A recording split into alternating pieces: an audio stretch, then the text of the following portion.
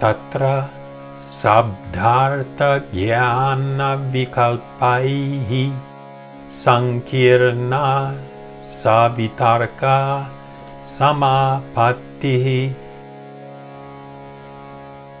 When the mind's engrossment in something arises from meditation upon the mixture of a word, its meaning, and the knowledge of that object, this is known as savitarkā, samapatti. Patanjali now begins to actually reveal the depth to which the ancient rishis and sages explored the workings of the mind and the nature of consciousness itself. So what has been referenced here is that in normal cognition,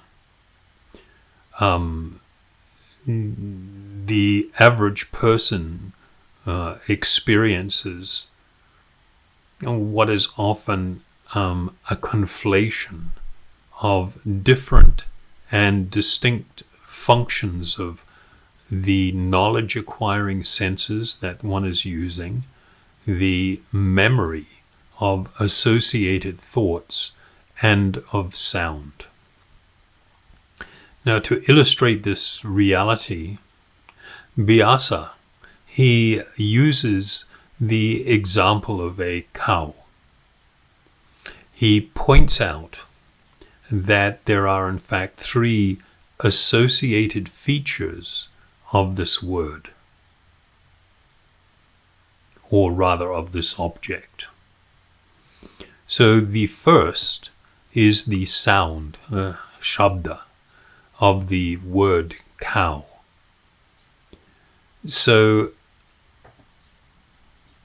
I'll just make a side point here, which will also help in understanding that words which are used as labels or names of objects, we have to understand that they are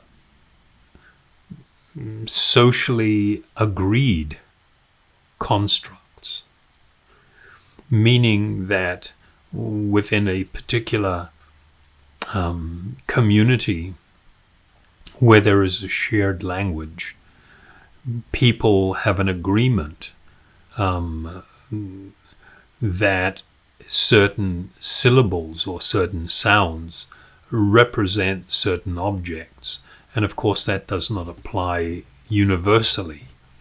And so the sound that has often been made is actually not the same as the object that it's been used to identify.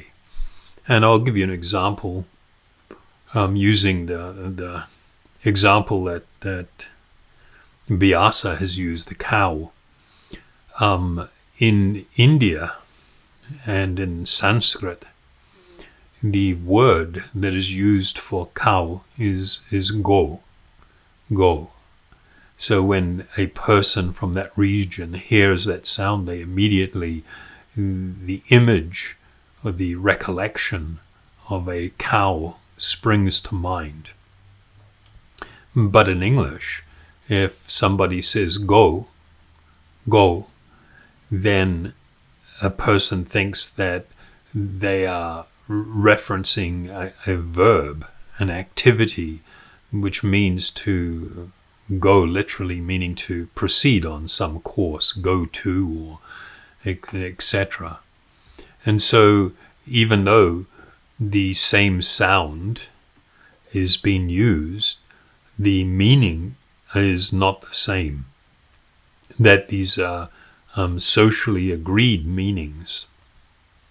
And so once again, therefore, the object is not inherently and universally represented by any particular sound.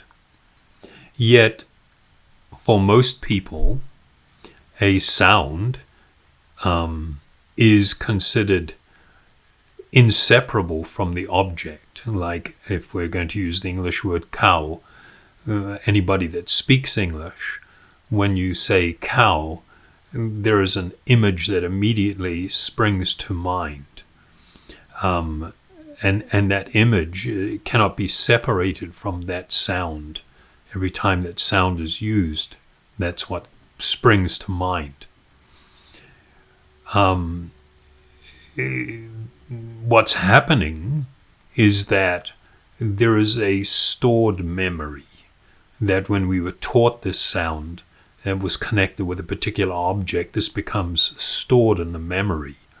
And every time the sound is heard, then our tendency is to recall from memory the object. So the sound that's been uttered is inseparable from the object itself.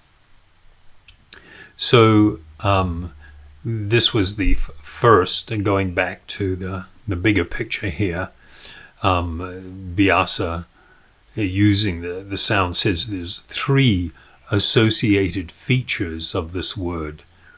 One is the sound that's been made, and the second is the object, or artha. The object being the actual cow itself, a quadruped, and it has visual characteristics that we're all extremely familiar with. So, along with this name, there is also associated various knowledge of the animal that an observer may have received over time. The idea of different colors, like a Jersey cow, a Frisian, a Holstein, appearing brown or reddish or black and white. Cows also, its different physical features, like the nature of the large soft eyes of the cow, the ears, the tongue, not only what it looks like. If one has ever been licked on the hand by a raspy cow's tongue, that sensational feeling, the nature of the tail, the coat or the hair of the animal, the smell of the animal, its dung, the smell of its dung and urine, the milk that is produced along with the associated aromas. We may even think of the natural aging of the cow from a calf to a mature animal. So these are all various types of knowledge, jnana, which are also stored within the mind. So Vyasa says that within the mind of the yogi, there will be a mingling, as there is with everybody, mingling of an object, the word that names it, and the variety of knowledge or experience of that object. When a yogi enters into a state of engrossment upon a gross object, then, and these characteristics, these three components are present, then that state of engrossment is called savitarkā, samāpatti. So this is not considered a pure awareness of the object being spoken of.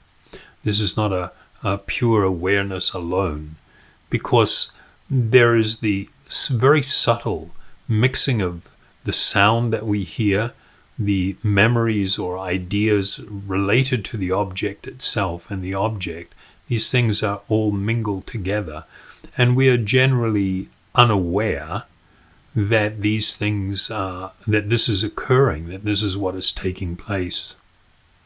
So it should be remembered here that we are speaking of a state of meditative engrossment.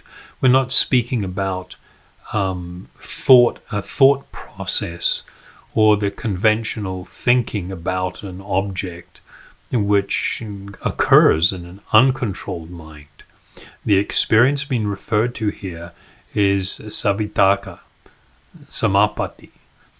It is a form of samadhi, or deep meditative absorption, and how even in that state, one is not free from the conditioning and the contamination of our original pure consciousness, that we are being very much affected and influenced by the workings of the mind.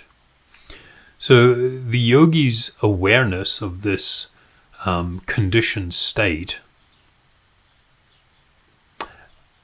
is meant to help bring them step by step towards the experience of pure and unadulterated consciousness and the awakening of our true spiritual identity as Atman, by observing in a very detailed way and a very deeply focused way the role that the mind, that the buddhi, the ahankara is playing in our perception of things, gradually leads the sadhaka back to the actual seer, who is the actual perceiver. So again, this is a process of stripping away of the material coverings to actually reveal the pure and eternal spiritual being. Careful contemplation upon this verse, in particular the phrase śabdārtha-jñāna-vikalpaiḥ, is very important. It clearly references the mixing, the saṅkīrṇā, the mixing of sound and object and knowledge to produce a conceptualization. And this conceptualization is called a vikalpa.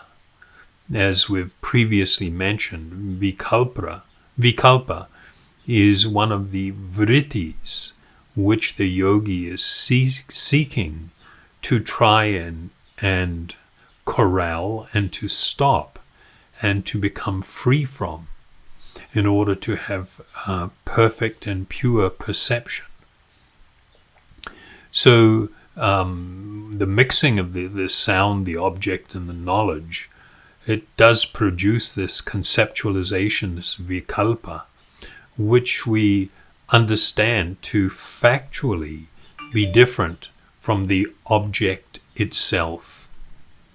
So if you think about that for a moment or so, you'll come to appreciate what it is that we've just stated. This idea of trying to understand an object simply as it is, free from all of the memories, all of the conditioning that is placed upon us by the mind. So the commentator, Swami Hariharananda, he reminds us that the yogis do not direct their contemplation towards acquiring knowledge of ordinary objects, such as a cow. In the example used here by Vyasa, it is only an example. He says that the main purpose of engrossment, samāpatti, is to gain knowledge of the tattvas for the purpose of gaining detachment from material entanglement, leading to the gradual attainment of self-realization. So what will in effect happen is that when one begins to journey down this path and to experiment with this form of meditation, or other forms that have been proposed by Patanjali,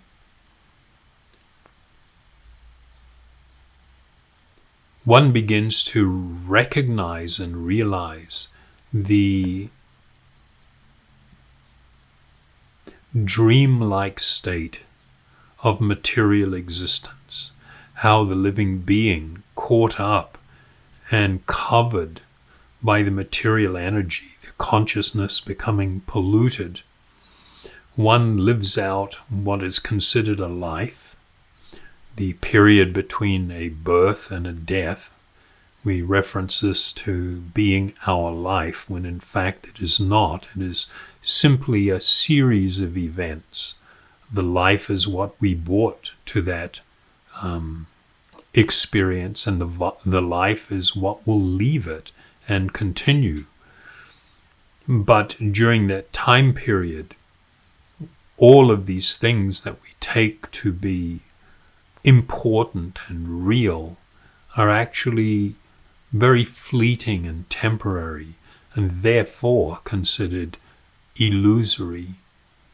And the need for us to discover our actual real spiritual identity and reconnect that, instead of living in the dream state of material life and existence, is of topmost importance to the sincere aspirant on the path of yoga. Thank you very much.